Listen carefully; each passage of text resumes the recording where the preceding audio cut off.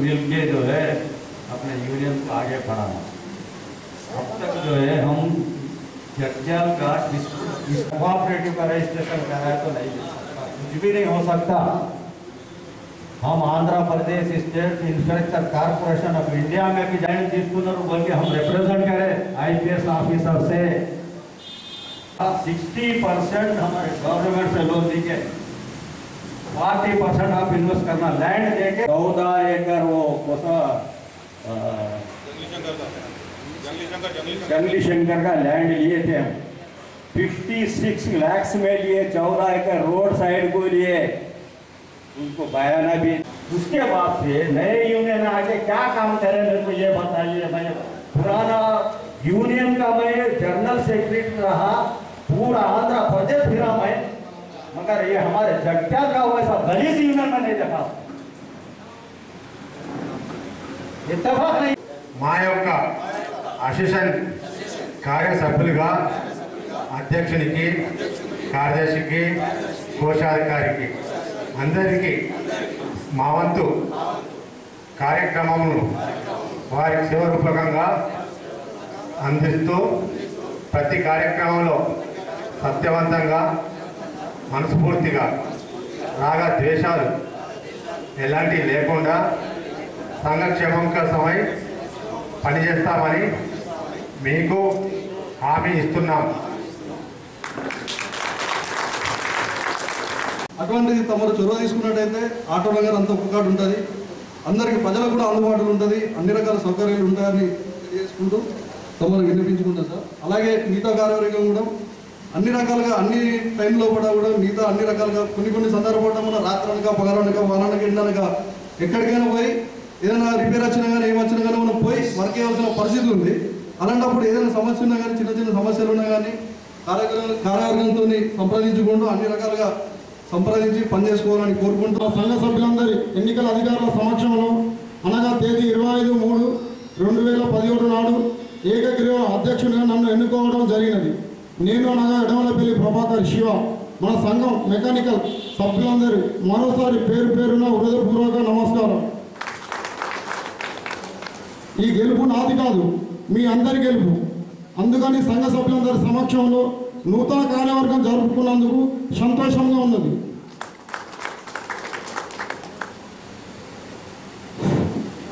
అయ్యా, మాది Karimnagar road ఇరుపక్కల mechanical workshop, తేలాలు షెడ్లు వేసుకొని గత 20-25 సంవత్సరాలు కావస్తున్నది। అయ్యా, మా షెడ్లలో చెడిపోయిన ట్రాక్టర్లు, లారీలు, బస్సులు, స్కూల్ వ్యాన్లు, జీపులు, కార్లు, ఆటోలు మరియు ప్రభుత్వ వాహనాలు కూడా మా వంతు రిపేర్ చేసుకుంటూ దాదాపు 300 మంది జీవనం గడుపుతున్నాము, మా కుటుంబాన్ని పోషించుకుంటున్నాము। అయ్యా, జగిత్యాల జిల్లా అయినది, ట్రాఫిక్ చాలా పెరిగినది, రోడ్డుకు ఇరుప్రక్కల వాహనాలు నిలిపి రిపేర్ చేయడం చాలా ఇబ్బందిగా కావస్తున్నది। మీ అందరికీ తెలుసు, మాకంటూ జగిత్యాల జిల్లా ఆటోనగర్ కేటాయించేలా మీ అందరి సహాయ సహకారం అందించాలని కోరుకుంటూ మా తోటి ఆటోనగర్ మెకానికల్ కార్మికుల కష్టాలు తీర్చాలని, మాకింత మెకానికల్ షెడ్లు వేసుకోవడానికి జగిత్యాల ఆటోనగర్ స్థలం కోరుకుంటున్నాం। సెలవు, జై హింద్। సహకారాలు అందించాలని కోరుకుంటున్నాం।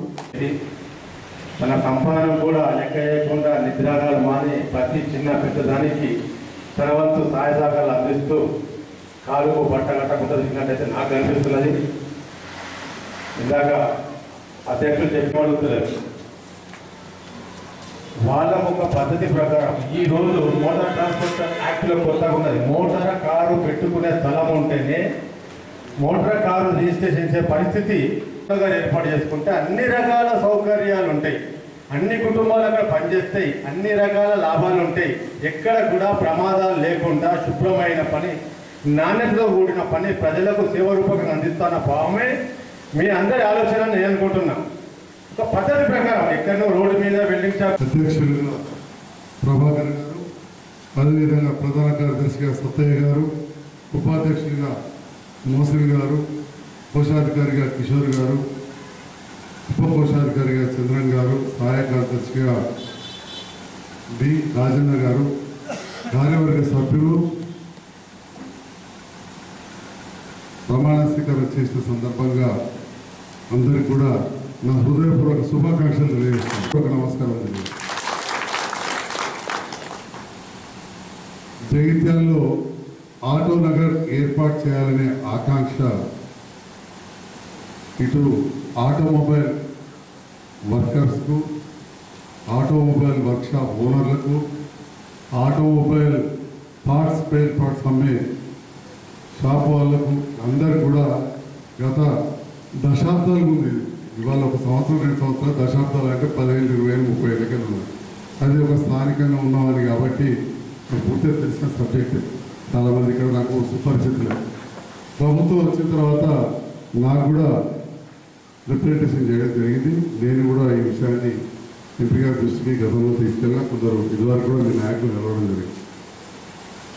మరి పట్టణంలో ఉన్న కొంత స్థలం తక్కువ ఉండడం, కొత్తగా జిల్లా ఏర్పడుతుంది కాబట్టి జిల్లా గురించి కూడా మరి కార్యాలయాలు కాబట్టి రావాలి కాబట్టి దరూర్ క్యాంప్ ఇదంతా కూడా ఒక రకంగా.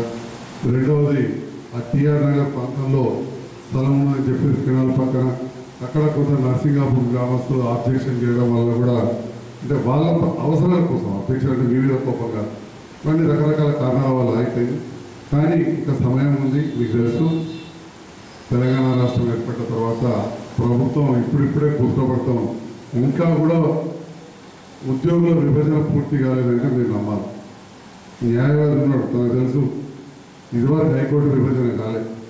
ఆ స్థాయిలో ఇంకా నీటి విభజన కొట్లాటలు రోజు నడుతూనే ఉన్నాయి. ఆంధ్రోలకు మనకు కాలాల కట్టేసినట్టు ఇంకో రకంగా వేరే వాళ్ళు ఇవన్నీ చేస్తూ ప్రభుత్వం ఎన్నో సంక్షేమ పథకాలు తీసుకొస్తూ ఉంది. దాంట్లో భాగంగా మన వాళ్ళు కొంతవరకు లబ్ధి పొందుతూ ఉన్నారు. టెక్నికల్ వర్క్షాప్ నడవాలంటే ఫస్ట్ కావాలి కరెంట్. ఒకనాడు వర్క్షాప్ ఓనర్ ఉంటే లేబర్కు జీతం ఇవ్వాలి, కరెంట్ ఉండకపోతున్నాడు, పోసుకుంటే చాలా ఎటో సరే కరెంట్ వచ్చిందని పిలిచేవారికి ఆ పిల్లగాడు ఉండకపో, ఆ పిల్లగాడు వచ్చేవారికి కరెంట్ పో. ఇది పరిస్థితి. ఇటు నా అటువంటి నుంచి జల్ది గ్రిల్ ఇవ్వని మా గంగాధరికి ఇస్తే లేట్ అని ఇస్తేవా, నా గంగాధరికి నాకు గ్రిల్ తెచ్చిస్తావేమో నేను అన్నాడు. ఇటు ఉత్పాదన తగ్గుతుండే లేకుండా ఇవాళ ఆ ప్రాబ్లం అయితే పడిపోయింది. రెండవది చాలా మంది బీద కుటుంబాలకు వచ్చినాం. 40 తరగతులకైతే సంక్షేమ పథకాల ద్వారా ఇంత పెన్షన్ వస్తాం. బీడీ కార్మికులు ఉంటే అక్క చెల్లెలకు వస్తాం. షాదీ ముబారక్, కళ్యాణ లక్ష్మి వంటి పథకాలు కూడా ఉన్నాయి సంక్షేమ. ఇవన్నీ చిన్న చిన్నవి. ఇక అభివృద్ధి సైడ్ మనం ఆలోచించాలి. అంతేకాకుండా మీ కార్మికుల సంక్షేమం గురించి కూడా మీరు ఆలోచించుకోవాలి. ఇవాళ నినాకం మొన్న నర్సింగాపూర్ పిల్లగాడు సర్వీసింగ్ చేసుకుంటే కరెంట్ షాక్ వచ్చి చనిపోయింది. చాలా బాధాకరమైన విషయం. ఆయనకు మా టీఆర్ఎస్ పార్టీ సభ్యత్వం ఉంది కాబట్టి 2 లక్షలు ఇచ్చేయడానికి మేము పూర్తిగా ప్రయత్నం చేస్తా. ఎందుకంటే ఏప్రిల్ 9th దాకా కూడా అది పెండింగ్ ఉంది. వాళ్ళకి కొద్దిగా రిసిప్ట్ తీసుకోమని చెప్పి మరి మీరు కూడా ఆ కార్మికులకు ఏదైనా 120 రూపాయలు కడితే ఇన్సూరెన్స్ మన ప్రభుత్వం కూడా చాలా పెంచింది. మీ అందరూ తెలుసు. బిడ్డల పెళ్ళిళ్ళు అయితే ఈవెన్ చనిపోతే అవన్నీ కూడా పెంచింది. డీటెయిల్స్ ఉన్నాయి. మరి మీరందరూ కూడా 120 రూపాయలు కట్టి తప్పకుండా ఇన్సూరెన్స్ చేసుకోవాలి. అది ఒక రకంగా దురదృష్టవశాత్తు సంఘటన జరిగినప్పుడు కానీ, నేను గాయపడ్డప్పుడు కానీ, పెళ్ళిళ్ళకు కానీ, పిల్లల పెళ్ళిళ్ళకు కానీ దురదృష్టవశాత్తు చనిపోయినప్పుడు కూడా ఈ కార్మికుల కోసం ఈ కార్యక్రమాలు మన ప్రభుత్వం చేపడుతుంది. తెలంగాణ రాష్ట్రం ఏర్పడిన తర్వాత ఇవన్నీ కూడా పెద్ద ఎత్తున పెంచడం జరిగింది. నేను వాటి డీటెయిల్స్ అన్నీ కూడా మీకు ఇస్తాను. రెండవది 7వ తారీఖు నాడు మన ఎంపీ గారు వస్తున్నారు. వారిని ఒకసారి మీకు కల్పిస్తే ఈ ఆటో నగర్ విషయంలో. దీనికంటే ముందు మీరు వీలైతే ప్రభాకర్ తమ్ముడు నాకు బాగా పరిచయం, తెలంగాణ వీరాభిమాని. ప్రభాకర్ నాయకత్వంలో మీరందరూ మంచిగా పనిచేసి మా జిల్లా నిర్వాహకుడు ఉన్నాడు. ఒకరోజు ముఖ్యమైన వాళ్ళు పార్టీ ఆఫీస్కి రండి. నా వంతుగా కూడా పూర్తిగా మీకు అన్ని విధాలు న్యాయం అయ్యేలాగా చేస్తానని చెప్పి తెలియజేస్తూ నన్ను ఎంతో ప్రేమగా ఇక్కడ ఆహ్వానించిన నా మెకానిక్ సోదరులందరికీ కూడా నా హృదయపూర్వక